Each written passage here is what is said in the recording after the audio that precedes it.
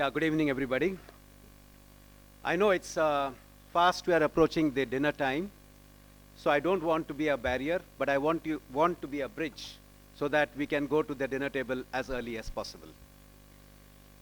Before I start my deliberation, about say 12 to 14 minutes, due to the paucity of time, I basically come from a forensic domain. And I'm sure that all of you have a very high respect for WhatsApp. We use it for our personal, professional, confidential information. Right from morning, I'm hearing a lot of sessions which are related to data privacy, DPDP Act, so on and so forth. I wanted to show you one live demo. Probably if I show you the live demo, I'll get maybe a couple of minutes more. So I'm also little, greedy to the point to show you a small demo. I have my friend over here, Rohit. And Rohit sent me a WhatsApp image. Rohit, you are there?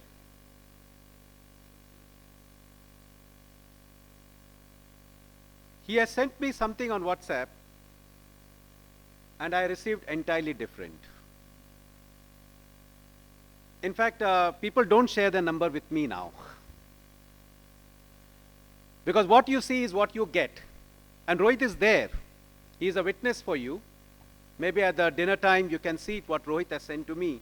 He sent to me something, a very pleasantry image. But what I got was something, arms and ammunitions. I think that should be tricking a mind that what you see is not what you really get across. Well, what I have been assigned now is basically on the cyber attack mitigation. When we talk about the mitigation, there are three terms. One which talks about the proactive measures, where it's purely based on the technical aspects, where you set up firewalls, you have the endpoint security, threat intelligence, so on and so forth. The second is reactive measures. So we talk about reactive measures, it means that the problem has already occurred. And then you start running from pillar to post. So then you talk about incident response, you talk about forensic investigations, legal actions. And the third one is the regulatory compliance, which I believe is what we are lacking. I go to many of the institutions, corporates, not only with the law enforcement or with the judiciary. But when I go to the corporates, I find that technically you have the systems in place as what you may think. But with the legal law of the land, we are yet to reach the mark. So the third point is the regulatory compliance, where you talk about the policies, laws, so on and so forth. Coming back to the proactive measures, it's very rarely that we have the proactive measures in place. Because we mostly focus on reactive measures. Only when the problem has occurred, we start to work. But before that, we don't have a contingency method in place. Three cases which comes to my mind, which relates to a data breach. One, the place where I come from, a cooperative bank, Cosmos Bank, which of course in 2018 became one of the case study that wherever I went during the time in 2018, and I used to say that I come from Pune. So this is the same bank, Cosmos Bank, because the Cosmos Bank headquarters is in Pune. So the Cosmos Bank data breach, where the bank lost almost 94 crore rupees. They were not proactive. They were little reactive. But on the compliance point of view, there was nothing. The second is the IRCTC data breach, where almost about 2 crore users' personal data were found in the public domain. And the third one is the SpiceJet ransomware attack, where because of this, the delay in the flight took place, so on and so forth. Now, what are the common attack vectors in India? I'm talking from the Indian perspective first. Phishing, social engineering. Ransomware attacks, especially The advent of the COVID and post-COVID, we have seen a lot of ransomware attacks taking place. The APTs, DDoS attacks, and the DDoS attacks mostly takes place on the government sites, the banks, critical infrastructure, and of course, notwithstanding the insider threats, because the insider threats consist about the employees leaking data, some intentionally and some maybe not aware that the data what they have leaked, what it could cost the organization where they are working. You talk about the cyber attacks and challenges, you talk about the zero trust, you talk about the multi-factor authentication. In fact, I would say multi-factor authentication fatigue. Just about a week before, I was investigating a matter, and even the MFA that also was broken. And as a result, the data of the company got breached. Thankfully, the company lost only $150,000 US. Thankfully, I would say. Otherwise, this could have been a much higher data breach in terms of the money what they lost. Deepfake, all what we are talking about deepfake, it's good. We are talking about deepfake, we are talking about the AI, but the present system what we have has to do much, much more rather than talking about deepfake and AI, which has to hit to the industry in a more conservative manner. You're talking about phishing, vishing, auction of corporate database, so on and so forth. Now, what are the key cyber attack mitigation challenges and solutions?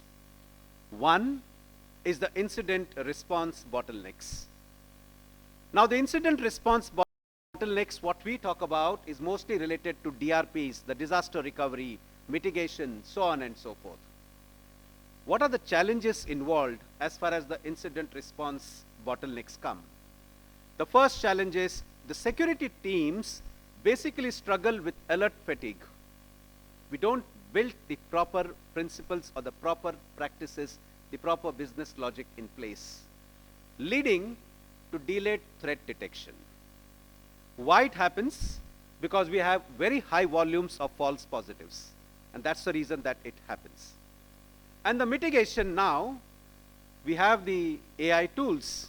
So possibly the AI tools can use to mitigate the so-called the incident response bottlenecks. The second key cyber attack is on the ransomware and the recovery delays. Now, what's the challenge involved in that? Organizations often have backups, but struggle with the restoration speed. You have a backup, but when your data is gone, the restoration speed is at a snail's speed, and therefore, there's a lot of time lag which takes place. Time is money. Now, why it happens? Dependency mismatches and untested recovery processes. We don't actually test the processes before actually they are put into use. Mitigation. What is the challenges involved? Well, we have to use immutable backups and conduct regular disaster recovery mechanisms. If we do this, then the ransomware and the recovery delays what we have could be minimized to a large extent. The third, the key cyber attack mitigation, challenges and solutions. The problem statement is supply chain attacks and third-party risk. Now, what's the challenge involved in this? Organizations rely on external entities, but their security postures are often unknown. So we deal with external entities without doing a background check, whether this external entity is capable to solve the problem what you have. Why it happens? A lack of real-time visibility into external entities, security controls leads to blind spots. Well, we don't actually have a real-time visibility. A simulation model has to be put into place for us to understand that if this is the threat which takes place, what could be the way to come out of this particular problem? The mitigation. Conduct continuous vendor risk assessment. I'm sorry, there are a lot of vendors over here, but I have to be impartial to say. So a vendor risk assessment has to be conducted on a periodic basis to ensure that the external entity what you have gives the service what is required to ensure that the problem what you have can be resolved proper mitigation steps could be there, and your organization runs into full speed. Number 4, the key cyber attack mitigation challenges and solutions. The problem statement, insider threats and privilege escalations or privilege abuse. Also we called as IAM. What's the challenge? Malicious insiders or compromised privilege accounts pose serious risk. Why it happens? Why the insider threat happens? Traditional security tools fail to detect subtle privilege escalations. We have been using a lot of traditional tools.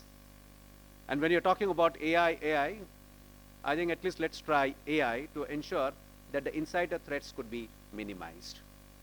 Zero trust, what we talk about.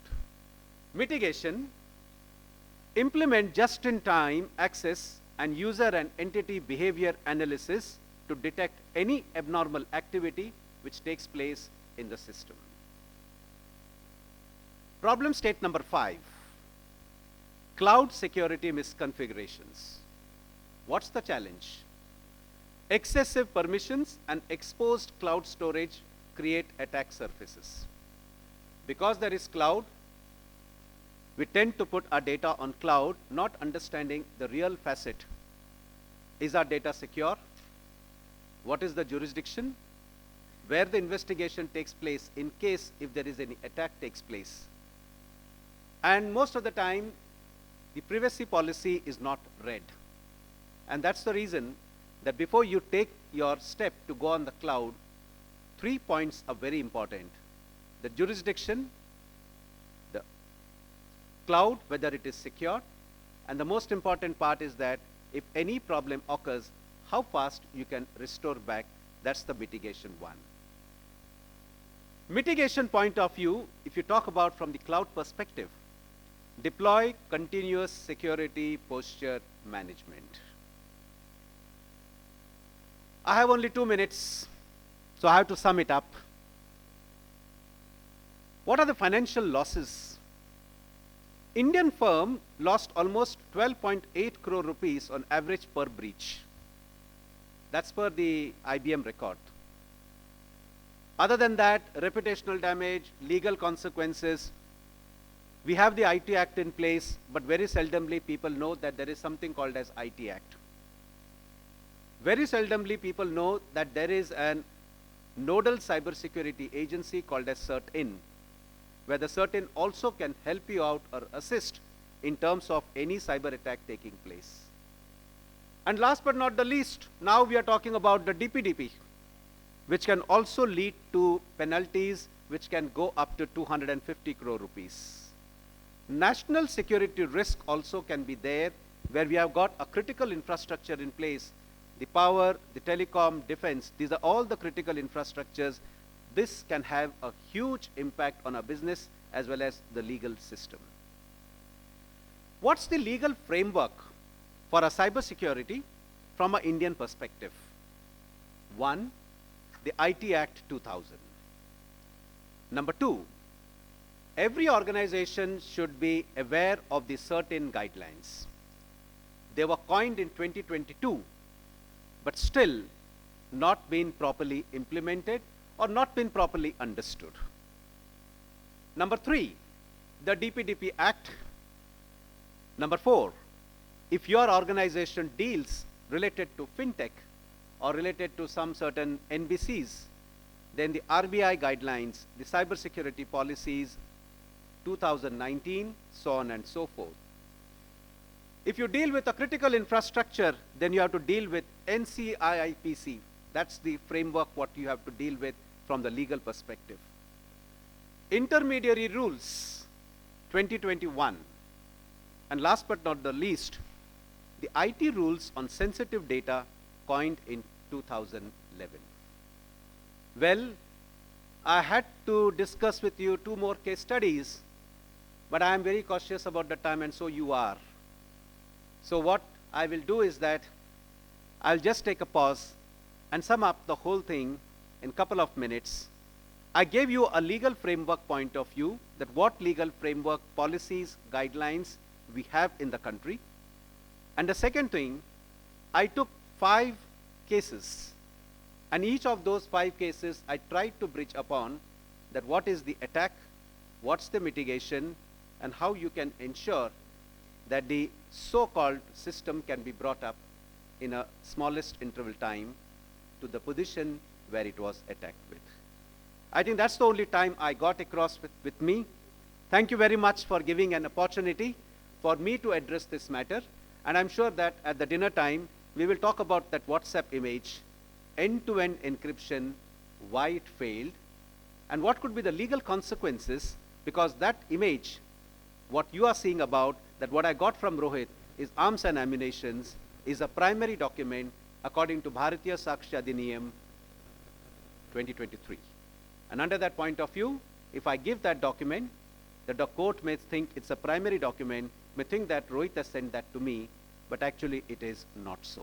So the forensic admissibility, forensic administration of the document is important before it could be ascertained that it is a fake document or a genuine document. Thank you once again, ladies and gentlemen. Thank you very much.